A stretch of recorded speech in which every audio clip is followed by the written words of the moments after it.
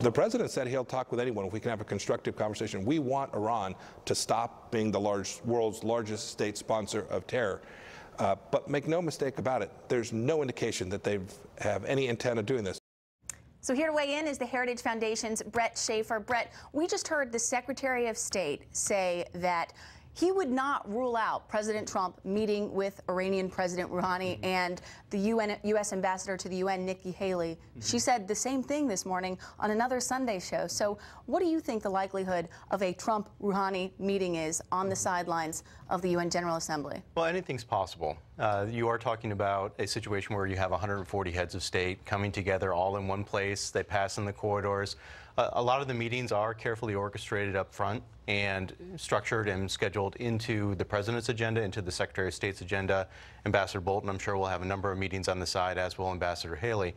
And so their schedules are busy. They'll move from place to place. But it is possible that something could happen impromptu, depending on circumstances, depending on signals that are sent. Like a meeting with Kim Jong-un. Yes.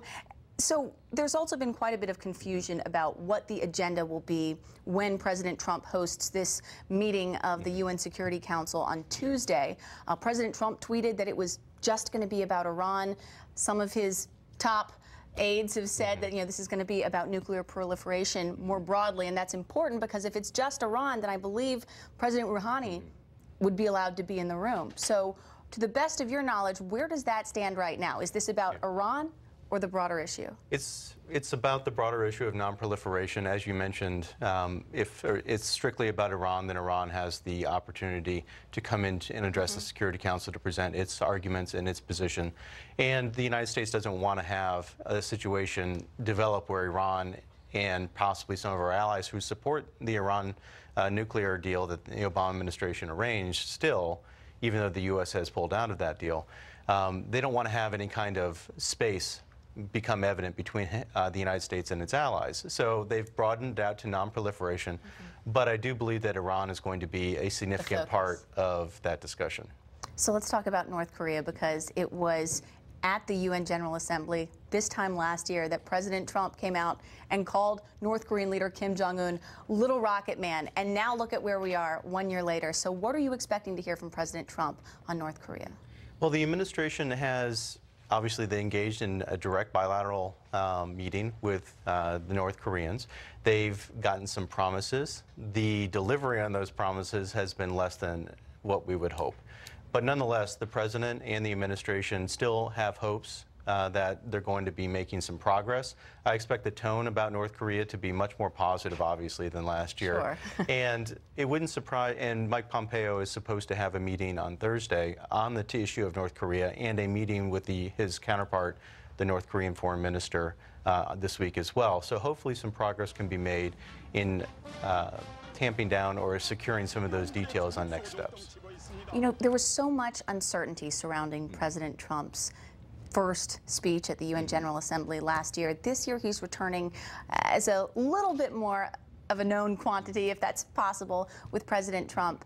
How are other world leaders going to be looking at this opportunity to spend with President Trump over the next few days? The United States, no matter who the president is, whether it's President Obama, President Bush, President Clinton, and so forth, the president of the United States is always the star of the show. That's the country that everybody goes to see and goes to listen to. Our agenda in many ways shapes the agendas and the positions of other countries. And so the president's comments are going to elicit strong reactions, I'm sure, by countries that are going to be signaled out in this speech. Iran is going to be a very strong part of his address. You're going to have North Korea, possibly in a more positive way. But the president is also going to bring up a number of other issues as well in his speech before the UN General Assembly, including burden sharing, having the expenses of the organization borne up by the member states in a more equitable manner, talking about reform, improved accountability. There's going to be a foreign policy component to this speech, but there's also going to be a component to it that is speaking directly to the membership and challenging them to take up the reforms that the United States has been wanting to pursue, not just under this administration, but prior ones as well. Yeah, President Trump's been very critical of NATO, not afraid to be very critical of the United Nations, makes for some awkward but probably effective meetings, and we'll see what he decides to say next week. Brett, thank you so much. Thank you very much.